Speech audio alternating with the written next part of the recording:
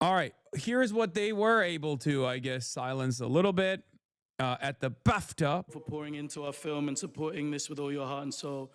And lastly, to all those whose parents migrated to obtain a better life for their children, to the economic migrant, the conflict migrant, those under occupation, dictatorship, persecution, and those experiencing genocide, you matter, your stories matter more than ever. Your dreams are an act of resistance. To those watching at home, archive your loved ones, archive your stories, yesterday, today, and forever. For Nigeria, for London, the Congo, Sudan, free Palestine. Thank you. So he said that, but they took it out, I guess. Did they take it out of the main video? Is that what it was? They edited the Free Palestine side of it? Been Britain's big night to celebrate art and culture, with royalty mixing with the Hollywood elite. Great take. Afrotastic64, as a black person, it absolutely bothers the shit out of me that the BBC was willing to censor Free Palestine, but allowed a slur to pass with a 2-hour delay. That's evidence of the media hierarchy of which groups deserve more protection than others. It makes me question if they did this shit on purpose to foster the discourse. Yeah, so no, that's exactly what I was saying earlier. Like the real racism here is at the systemic level, right? When you have a media institution that doesn't take that out, whether it's a blind side for them, which I think it's impossible for this to be a fucking blind side. Let's be real. Holy shit. But that is the actual moment of racism. The moment of racism isn't coming from the guy with a disability who is like maybe for some sinister purpose saying the N-word with a hard R, which is like what a lot of people were trying to. The real racism is crazy when it's the literal N-word. Yes, I'm saying this sincerely. I'm saying it sincerely. Like, it's not the person who has this specific disability that is actually doing this as a racist act. The racism actually stems from the fact that the BBC didn't cut it out. The racism stems from the fact that the BBC and BAFTA did not even approach the actors after the fact to be like, hey, I'm really sorry that happened.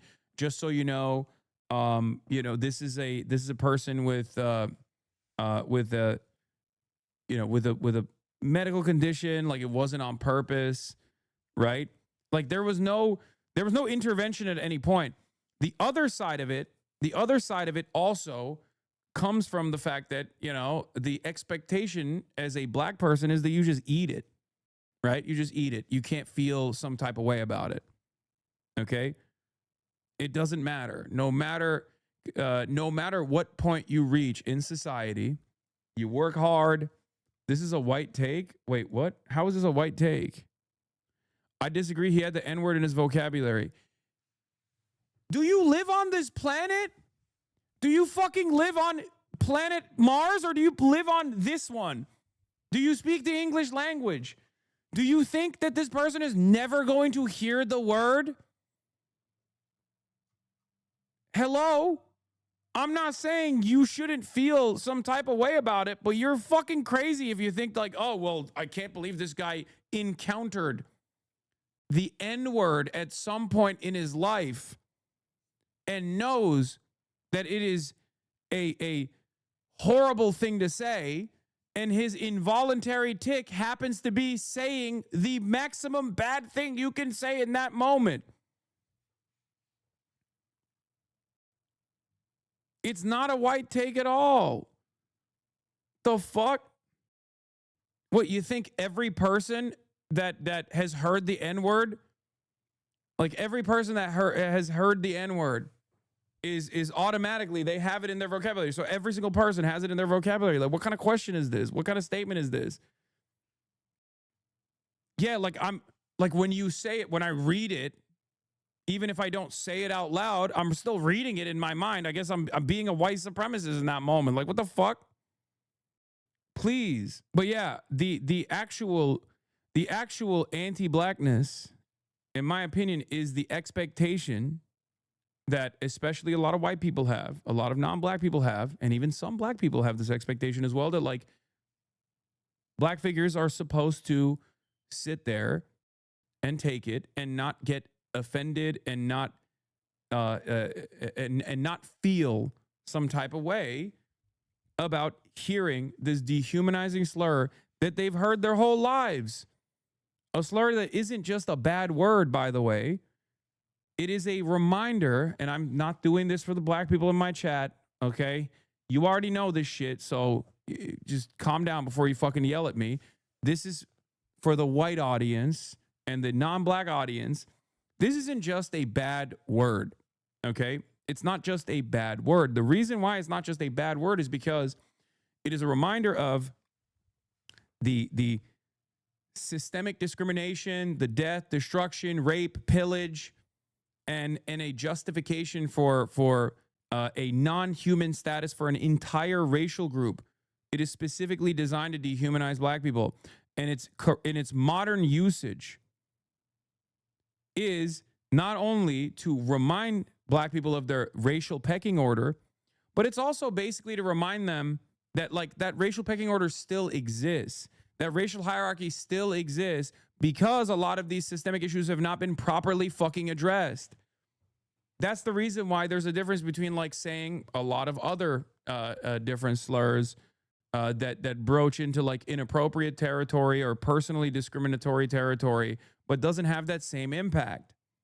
That's also the reason why nobody bats an eye if you say cracker, and only the silliest people on the internet get offended by it, or they fake get offended by it, right? And say this is anti-white discrimination, as opposed to the N-word. Instead is mired in controversy this morning, the BBC apologising to BAFTA viewers after several obscene outbursts from Tourette's activist John Davidson were heard on a broadcast.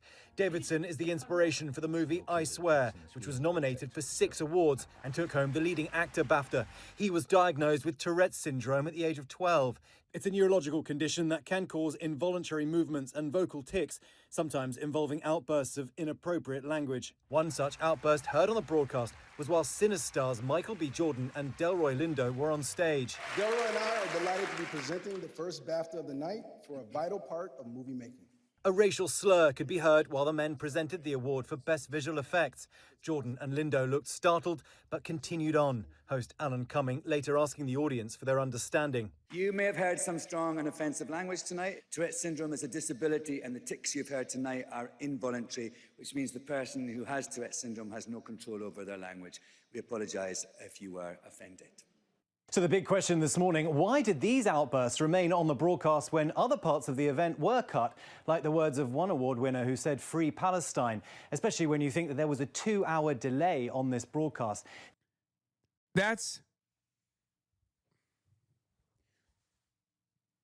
I'm just saying, kind of feels like they got the capacity to chop shit up. I'm just saying, kind of feels like they saw that and were like, keep that shit in. Keep that shit in. That's good. That's good stuff. But other things were not allowed. How interesting. The biggest night in the British movie business, broadcast on the BBC with a 2-hour delay. Time enough, in theory, for the broadcaster to edit out any offensive language. Good evening and welcome to the EE BAFTA Film Awards 2026. And while some cuts were made, not this. When the stars of Sinners, Michael B. Jordan and Delroy Lindo, came on stage to present the night's first award, the N-word, which we have beeped, was shouted out. Presenting the first BAFTA of the night for a vital part of movie making. We're here to... Visibly shocked, they were praised for carrying on. Lindo later telling Vanity Fair he wished someone from BAFTA... So we said the N-word and we still got to sympathize with him? A little bit. I mean, kind of. Like, you shouldn't be... I'm not saying sympathize with him, I guess, but or I guess I am saying that a little bit, yeah. Like, this is the one time where it's like kind of... I mean, this is the one time where it's not his fault, you know? It's a little bit more complicated than that, right? Like, he's not... It genuinely stems from thinking that he's doing it for some sinister purpose. That's the problem. And I kind of understand why you think that, because you've probably experienced that if you are black. I don't know if you are, because it says Max the Arab here.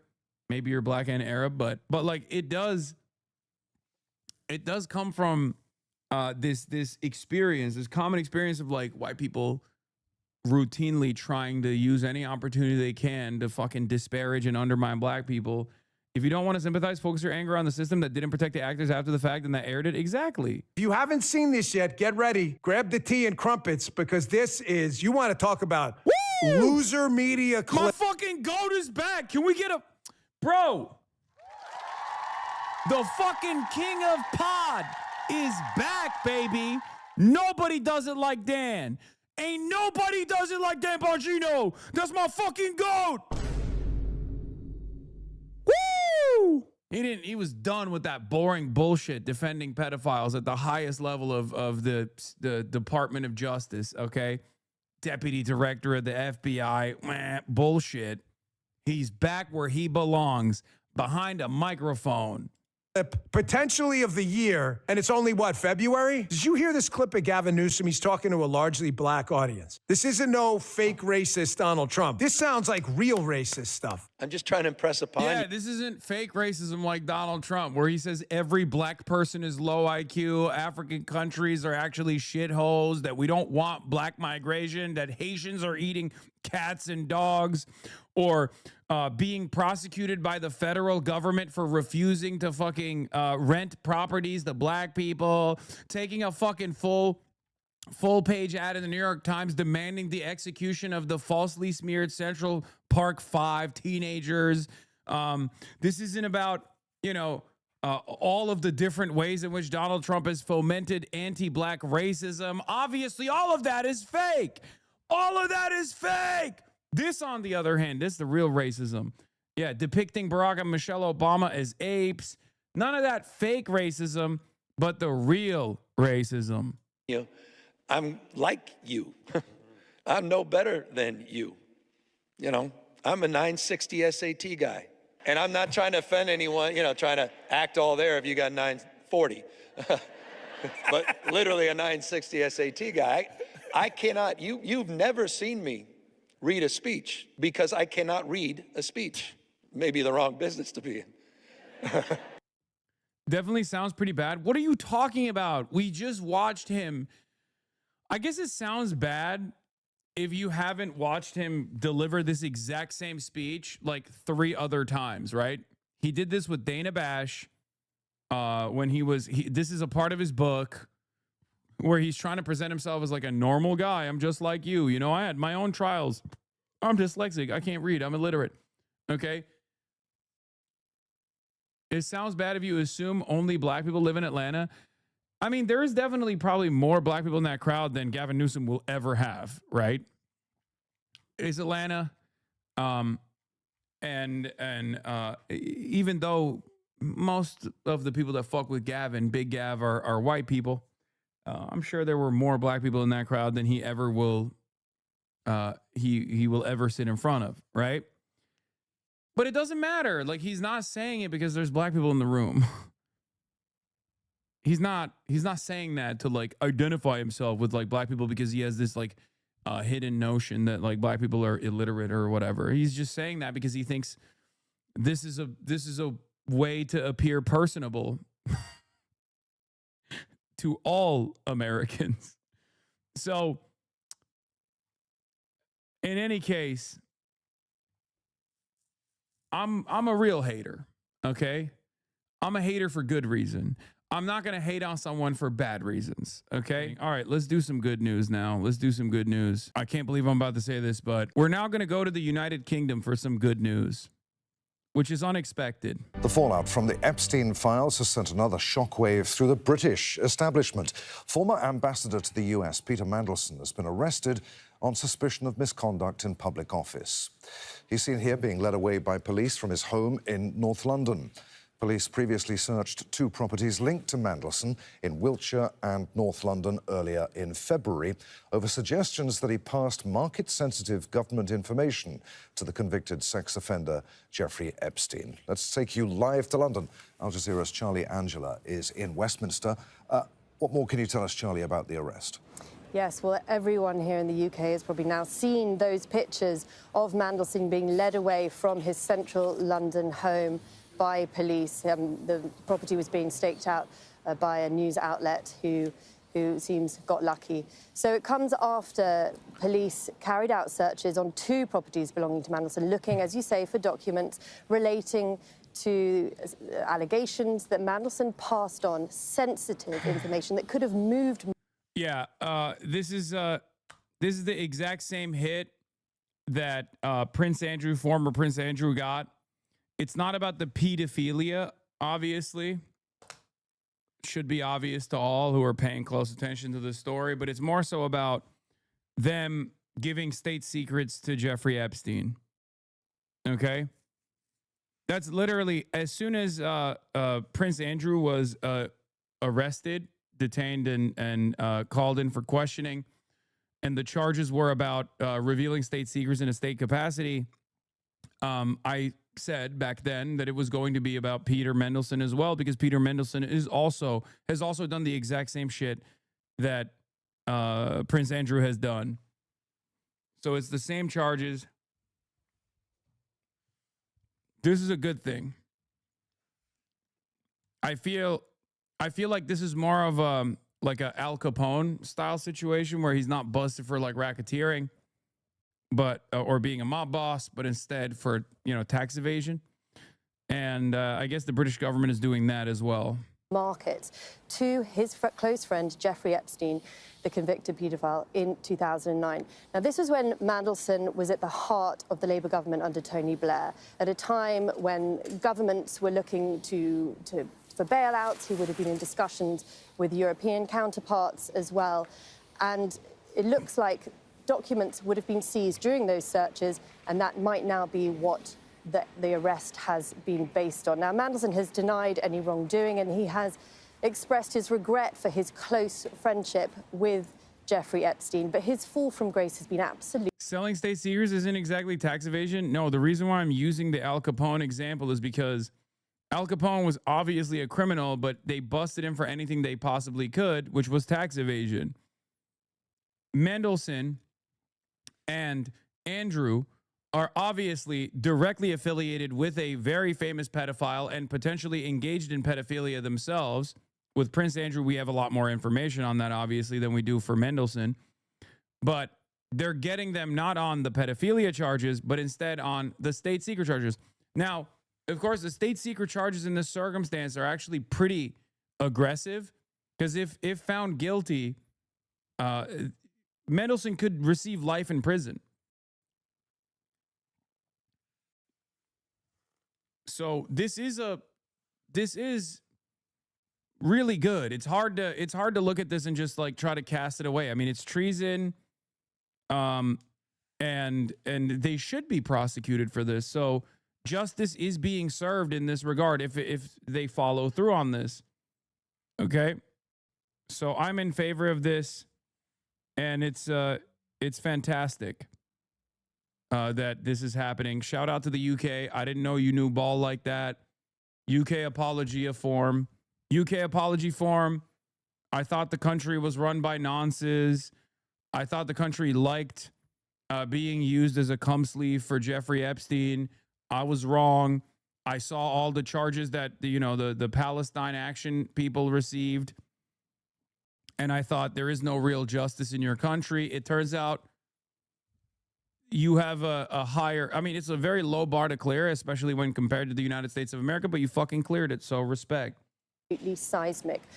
Just last year, this man was the US ambassador, the UK ambassador to the US. He was sharing jokes with President Donald Trump in the Oval Office. And he has been at the heart of the Labour government for decades and has had a pretty Teflon-resistant career. He has had to resign twice, but both times he has bounced back. He was made a Lord, but he has now had to resign from the House of Lords. And yeah, I mean, the British Kingdom would never offer lordship to, very famous pedophiles, of course. Jimmy Savile, notwithstanding. Lost his title. So we will wait to hear what police reveal, to see how long he's questioned for as well, how long he will be held. But this is going to be a huge blow for Prime Minister Keir Starmer, who has really had to come back fighting and defend his appointment of Peter Mandelson, which he has now said he didn't know the extent to which Mandelson... Sorry. Savile was a knight, not a lord, lol. Oh my God. I apologize. Okay, British people, calm the fuck down.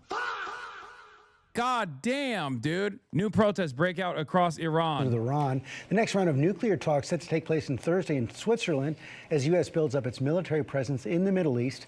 President Trump has threatened to strike Iran if a deal is not reached. I want to go to our chief foreign correspondent, Ian Pannell. Good morning, Ian.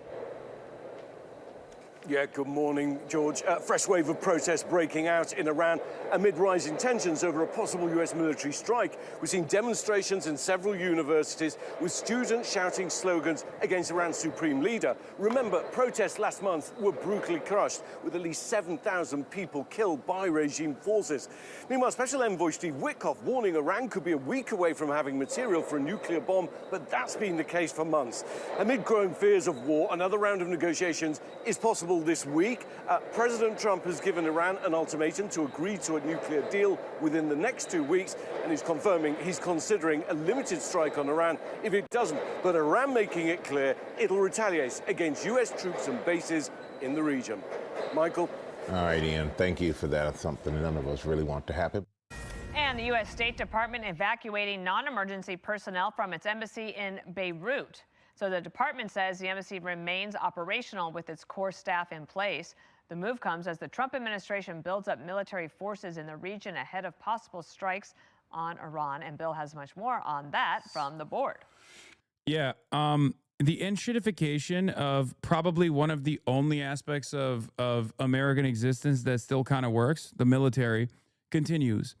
President Trump's decision to extend for a second time the deployment of the aircraft carrier USS Gerald Ford is taking a toll on the ship's sailors and their families. Missed funerals and blocked toilets. Iran deployment takes a toll on U.S. sailors. Because remember, nothing works in this fucking country. Let's be real, right? Your roads are shitty. Your infrastructure is shitty. Everything is busted. Except the military is supposed to work. It's like one of the last organizations in American society that kind of works, right? And yet, even these guys don't fucking work. Update, sewage apocalypse on USS Gerald Ford toilets. 80% of the toilets are completely stuck, waste backing up and flowing in reverse. And shittification, but literally and figuratively. America doesn't have enough masks. This is from March 24th, 2020. America doesn't have enough masks for doctors or ventilators for patients. Meanwhile, it has new aircraft carriers, $13 billion a pop, where the toilets don't work properly and must be cleaned with specialized asses costing about $400,000 a flush. That was in 2020, chat. 2020. But someone's out there taking advantage of this economic activity. Someone's always making money. Potentially internal sabotage. I'm not gonna say anything.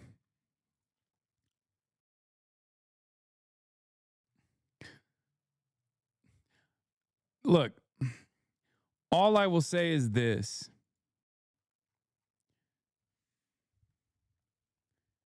If you want to build a working movement, you can't fucking disparage veterans and active duty service members. If you want to organize, perhaps one of the best areas that you can organize in is active duty service members. I have a fundamental opposition to the likes of those like Bad Empanada and many other people who keep saying, oh, we're troop exploders, fuck the troops, they're all fucking Nazis, all this shit. I will never, ever do that. Okay? I will never, ever, ever do that.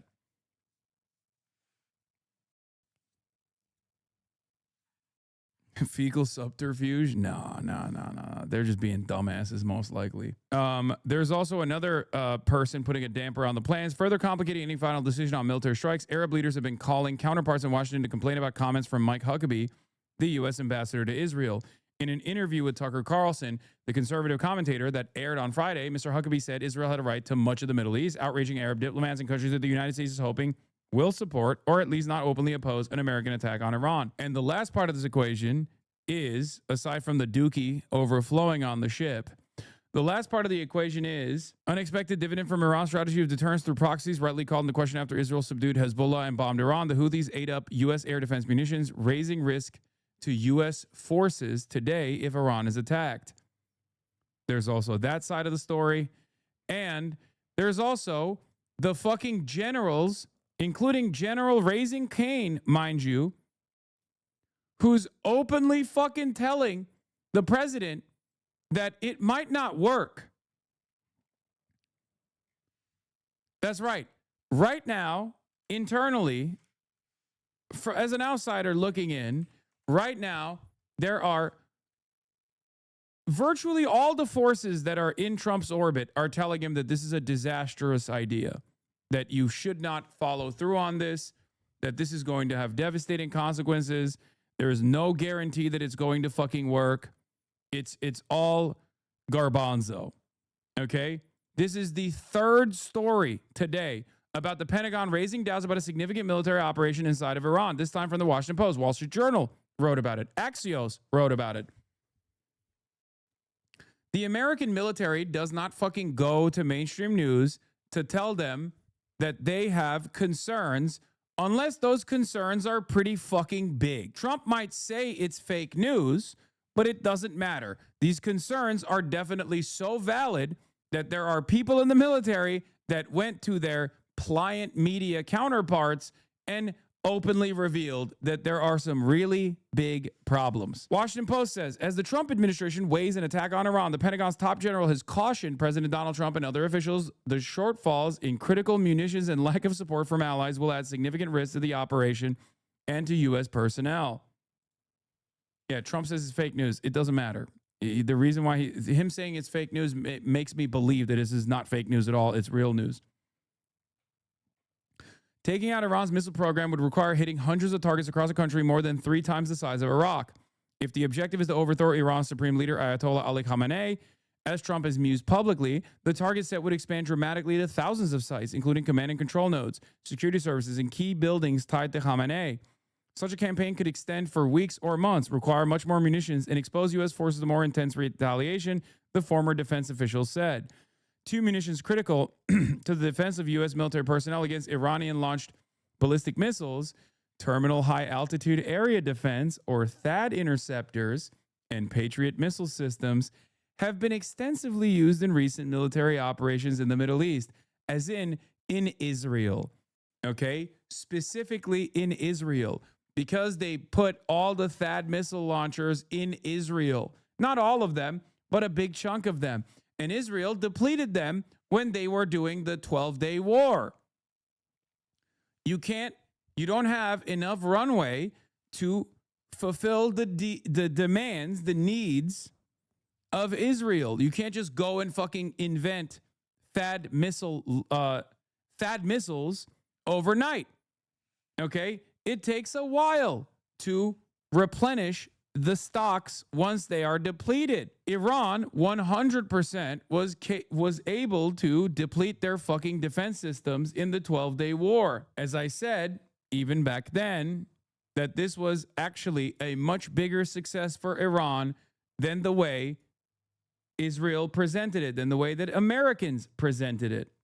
Just so you understand.